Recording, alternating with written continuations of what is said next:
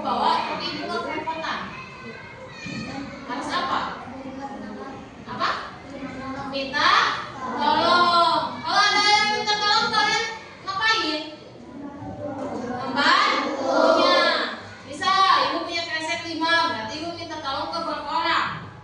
5 orang. Jadi si barangnya tidak terlalu berat di bawah. Kalau sesuatu yang dilaksanakan secara bersama-sama itu disebut apa? Gotong royong. Oke. Misal, kalau di kelas kita kotor, apa yang akan kalian lakukan? Bersihkannya. Membersihkannya. Biar apa? Bersih. Apakah dilaksanakannya sendiri atau rame-rame? Berarti membersihkan kelas atau piket itu termasuk apa? Gotong royong. Gotong royong. Oke, sebelum ke materi kita akan menonton tentang dongeng ini tentang membersihkan kelas. Kita perhatikan bareng-bareng ya.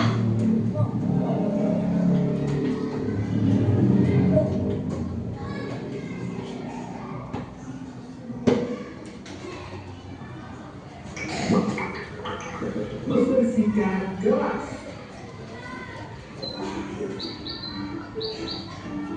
Hari Minggu ini adalah hari terakhir liburan sekolah. Besok adalah hari Senin dan keempat sahabat ini sudah harus masuk sekolah lagi. Untuk menikmati hari terakhir liburan, mereka berkumpul di taman dekat sekolah mereka. Tak terasa ya, liburan sekolah sudah hampir selesai. Iya, kita harus siap-siap ke sekolah lagi. Hari ini kita mau ngapain? Aku rasanya sudah bosan bermain. Iya benar, bermain terus juga lama-lama memang membosankan. Bagaimana kalau kita ambil tujuan sekolah sebentar? Boleh juga. Hitung-hitung pemanasan sebelum belajar. Pasti seru menjelajah ke sekolah di saat tidak ada siapapun. Benar, seperti ekspedisi perburuan harta karun. Katanya gedung sekolah keren kalau tidak ada siapapun. Kalian nanti tidak boleh main kembang pulang ya. Iya, kami bukan penakut. Mereka pergi ke gedung sekolah yang berada tak jauh dari taman sambil bersenda gurau sepanjang jalan. Ketika sampai di depan sekolah, mereka terkejut dengan apa yang mereka lihat. Kenapa kotor sekali gedung sekolah kita? Tak hanya halaman saja yang kotor, ruang kelas mereka pun terlihat seperti belum pernah dibersihkan sejak terakhir mereka sekolah. Padahal sebentar lagi masuk sekolah. Kenapa kelas masih kotor seperti itu ya? Kalau liburan, bukankah biasanya banyak penjaga sekolah kita yang membersihkannya? Jangan-jangan terjadi sesuatu pada Pak Yanto. Bagaimana kalau kita tanya sayangnya saja? Bukankah rumahnya hanya di belakang sekolah? Mereka tidak butuh waktu lama untuk pergi ke rumah Pak Yanto. Sesampainya di sana, mereka melihat Pak Yanto sedang terbaring lemah di tempat tidur. Ternyata Pak Yanto mengalami musibah dan kakinya cedera. Loh, bagaimana kalian bisa sampai di sini? Bukankah kalian masih liburan? Kami tadi mampir ke sekolah, Pak. Iya Kak, dan kelas kami masih kotor. Jadi kami bermaksud untuk memberitahu Bapak. Ternyata Bapak kecelakaan ya? Iya, Bapak tidak sengaja jatuh dari motor saat hujan deras, sehingga Bapak tidak bisa membersihkan gedung sekolah. Apakah keadaan sekolah benar-benar sangat kotor? Iya Pak, halaman penuh yang kering. Kemudian juga sudah tinggi. Dan kelas kami penuh dengan debu Pak. Aduh, padahal waktu belum kalian liburan, Bapak sudah membersihkan semuanya. Bapak kira tidak akan sekotor itu sekarang. Baiklah, sampai sore akan Bapak bersihkan. Keempat sahabat itu saling memandang. Mereka semua berpikiran sama. Bagaimana Pak Yanto bisa membersihkan seluruh sekolah sementara dia sedang sakit? Pak Yanto istirahat saja. Biar kami yang membersihkan sekolah. Iya benar, biar kami saja yang membersihkan kelas. Mereka pun menawarkan diri untuk membantu membersihkan sekolah. Benarkah? Kalau begitu, bersihkan saja ruang kelas kalian ya. Misalnya biar Bapak yang urus. Ini kunci ruang kelasnya. Thanks Pak, nanti akan kami kembalikan lagi. Jangan memaksa diri ya. Kalau kalian capek, kembali saja ke sini. Siapa? Indra, Nadia, Donita, dan Oktopus kembali ke sekolah untuk mulai bersih-bersih. Pertama-tama, mereka mengumpulkan semua alat kebersihan yang dibutuhkan. Kemudian, mulai membagi tugas. Nah, sekarang kita sudah punya tugas masing-masing. Ayo bekerja. Indra dan Okto mendapat tugas untuk menyapu dan mengepel lantai. Pertama, mereka menyapu terlebih dahulu. Setelah itu, mereka mengepel lantai hingga mengkilap. Sementara itu, Donita mendapatkan tugas untuk membersihkan rak buku dan meja kursi. Sedangkan Nadia, ia bertugas membersihkan semua kaca jendela sekaligus memoles pintu kelas supaya bersih. Waktu pun terus berlalu. Tak terasa, matahari sudah semakin tinggi. Wah, akhirnya selesai juga kita bersih-bersih. Iya, tak terasa ya karena dikerjakan bersama-sama. Hasil kerja keras mereka sungguh memuaskan. Ruang kelas kini berubah menjadi bersih-bersihan. Itu karena kita bergotong royong, bekerja sama, saling membantu. Pekerjaan yang terasa berat jadi lebih ringan dan cepat selesai. Terus untuk kita semua, kelompok Indo, Indra, Nadia, Donita, Okto. Karena sudah selesai, yuk kita kembali ke Pak Yanto untuk mengembalikan kunci. Tunggu sebentar. Sebaiknya kita ke sana juga tidak membawa tangan kosong. Kasihan Pak Yanto. Benar juga, bagaimana kalau kita berikan buah-buah hari? Kita sisihkan uang saku kita sedikit untuk membeli buah. Ide bagus. Yuk segera kita lakukan. Mereka pun mengumpulkan sedikit uang saku mereka untuk membeli buah. Setelah membeli buah, mereka kembali ke rumah Pak Yanto untuk mengembalikan kunci. Kalian malah repot-repot membawakan buah. Dengan kalian membantu membersihkan kelas saja, sebenarnya Bapak sudah terbantu. Santai saja Pak Yanto. Tadi kami bergotong royong dalam membersihkan kelas. Jadinya cepat selesai dan terasa ringan. Kalian memang patut diatur, patut Demikianlah akhir kisah 4 sahabat yang selalu kompak ini. Pesan dari cerita ini adalah gotong royong merupakan budaya Indonesia yang harus kita lestarikan. Dengan bergotong royong, semua pekerjaan menjadi lebih ringan dan cepat karena dilakukan secara bersama-sama.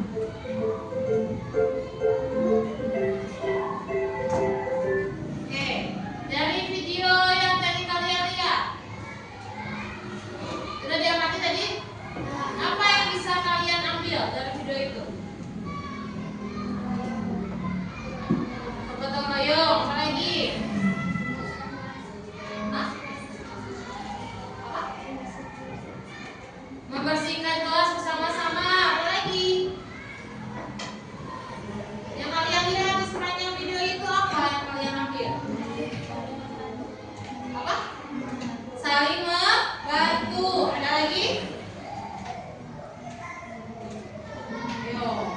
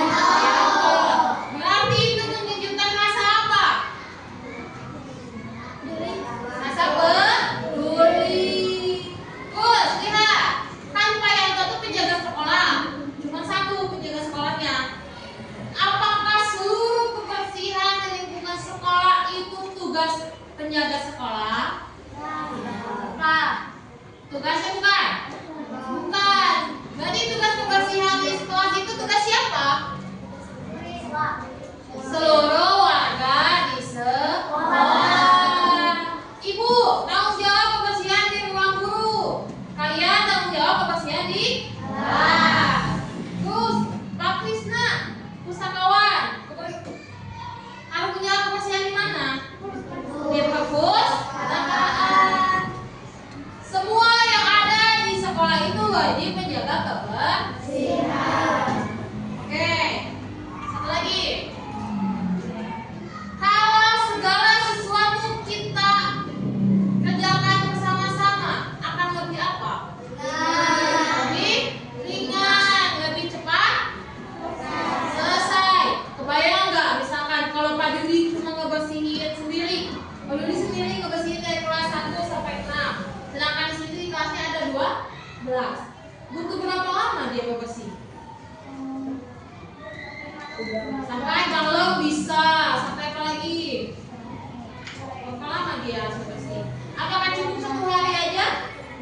Enggak. Kalian, kalau piket barang-barang apakah cukup 5 menit? Enggak. Kalian juga pasti lebih dari 5 menit. Ada yang ambil sapu di kolong meja, ada yang sapu-sapu, ada yang ngepel. Itu pasti lebih dari 5 menit. Oke. Coba ada gambar. Coba kalian sebutkan. Ini adalah botol pegang di mana? Kalau ini. Kalau ini.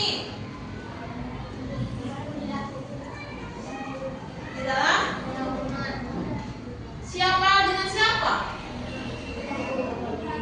Ibu dan anak sedang saling membantu ngapain?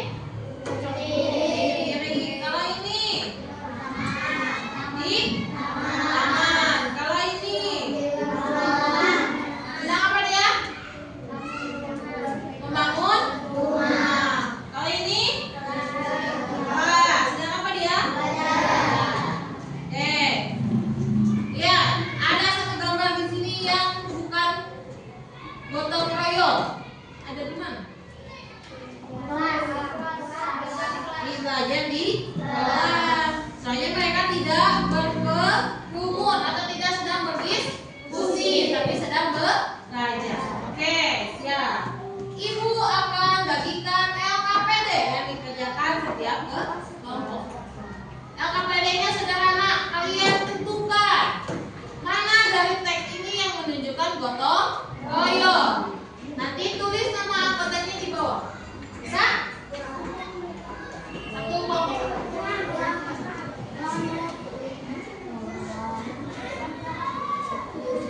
Tulis nama anggota sama kelompoknya di bawah.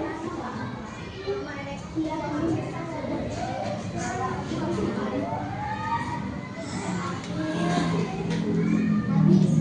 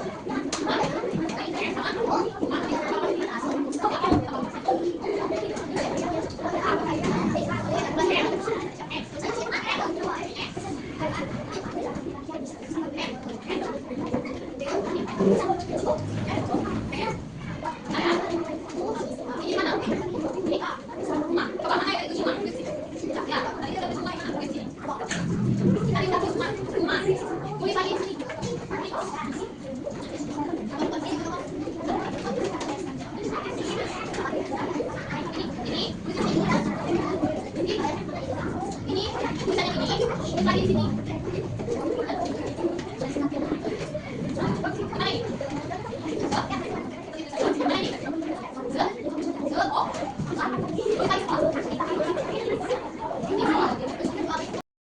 Dah semuanya? Coba perwakilan setiap kelompok maju satu orang. Kita mulai dulu, Ustaz. Kita mulai dulu dari kelompok 1. Pagi. Malam. Kita mulai dulu dari kelompok 1. Udah berdiri di tempat. Sebutin, yang lainnya diam ya. Apakah benar jawabannya atau salah? Yang satu dulu.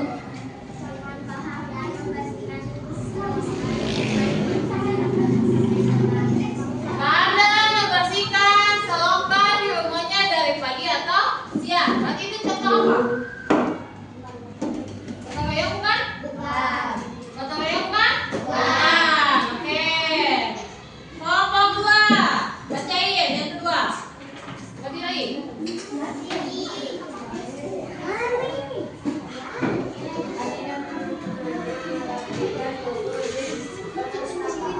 Ani dan teman-temannya membersihkan buku di perpustakaan. Itu contoh gotong royong bukan? Ya, gotong royong. Kelompok 3. Itu Sen.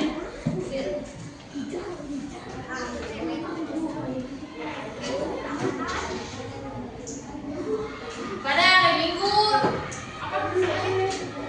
hari Minggu warga desa Waru melaksanakan kerja bakti membangun jembatan. Itu gotong royong bukan? Gotong royong. Oke, dulu. Kelompok 4. Raka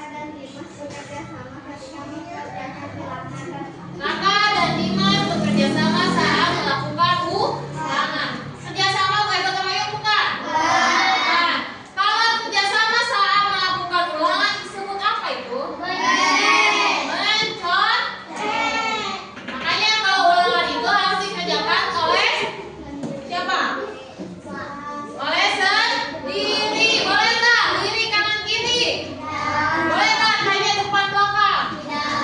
Dan dikerjakan sendiri. Oke, kelompok terakhir.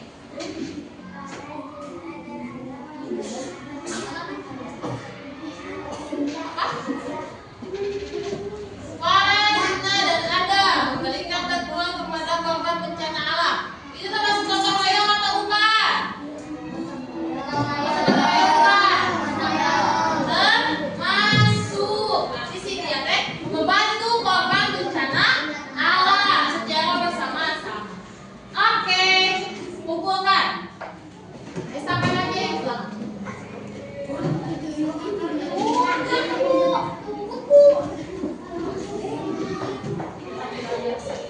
Yang sudah kumpulkan ke depan.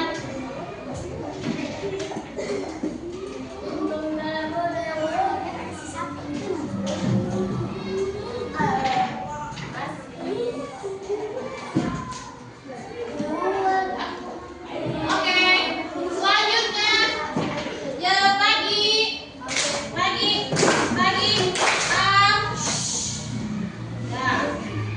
Ya.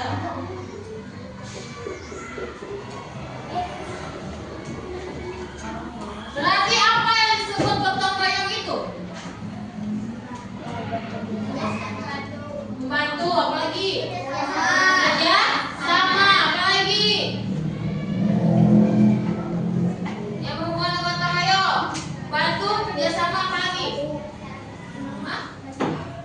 Membersihkan secara bersama. Apapun kegiatannya dilakukan secara bersama-sama. Berarti itu disebut apa? Gotong royong. Tapi kalau hal ulangan, kalau dilaksanakan secara bersama-sama itu berarti bukan gotong royong. Oke, apa manfaat dari gotong royong berarti? Manfaatnya? Kan kita ngelakuin hal tes secara bersama-sama aja nih. Ngebersihin kelas, ngebersihin perpustakaan. Pekerjaan menjadi ringan. dan cepat selesai. Itu adalah tujuan utama dari gotong royong. Oke, sudah paham semua tentang gotong royong? Sudah. Untuk untuk pembelajaran terakhir, Ibu akan bagikan tentang soal. Kalian menganalisis masing-masing. Kalian menganalisis contoh kasus yang ada di dalam teks ini. Nanti harus dijawab A, B, C-nya. Berarti A, B, C-nya diisi. Nah, ini 1,2 ada 2 soal. Berarti kalian bagi 2 sendiri ya. Kasih nama di atasnya.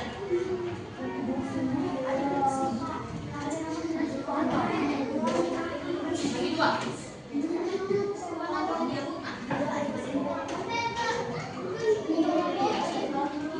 Ada angka masing-masing ya. Ibu pengen tahu kalian udah mengarah sampai mana. Bagi 2, dibagi 2, buat sama soalnya cuma 5.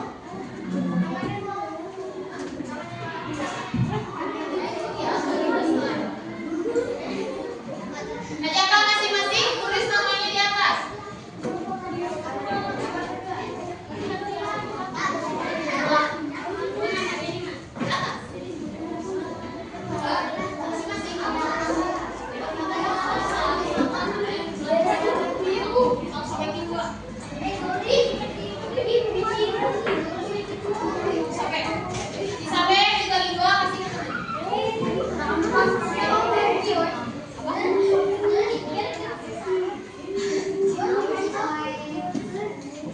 Disobek dan bagi 2. Nih.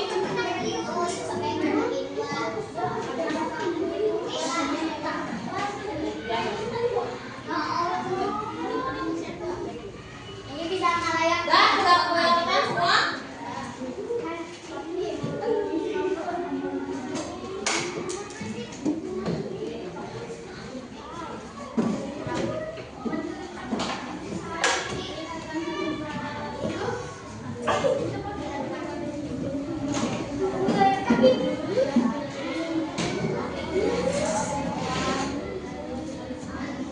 Analisis dulu ya soalnya.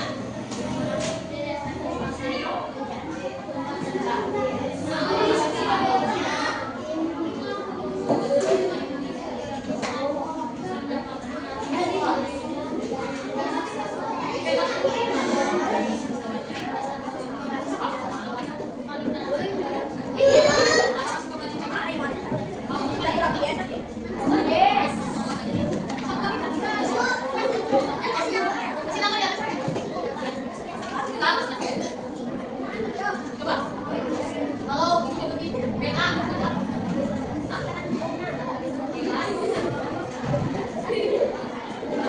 Kalau BU baca. Kalau BE baca.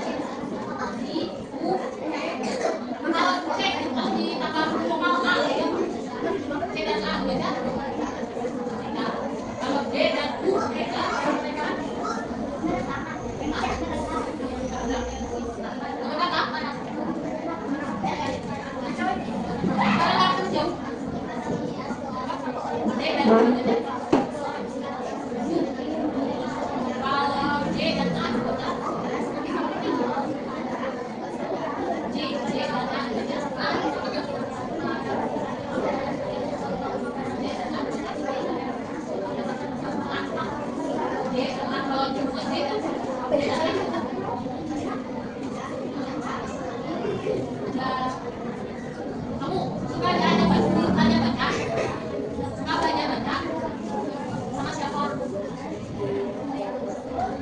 Siapa?